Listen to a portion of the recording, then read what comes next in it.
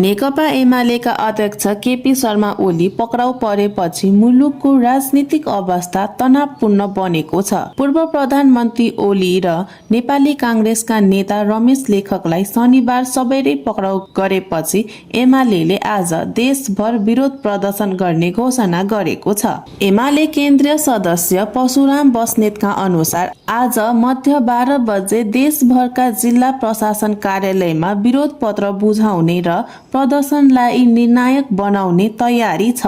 पार्टीले ओलीको गिरफ्तारीलाई राजनीतिक प्रतिशोध र गैरकानूनी कदमको संज्ञा दिँदै तत्कालै रिहाईको माग गरिएको छ।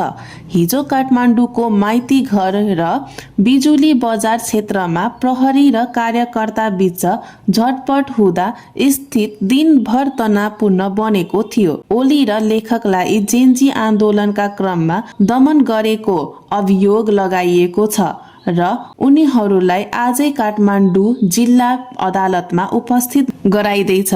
उता सरकारका प्रवक्ता सुमित पौडेलले भने कसैसँग प्रतिशोध नराखिएको र यी विरुद्ध कानूनी प्रक्रिया भएको दावी गर्नुभएको छ।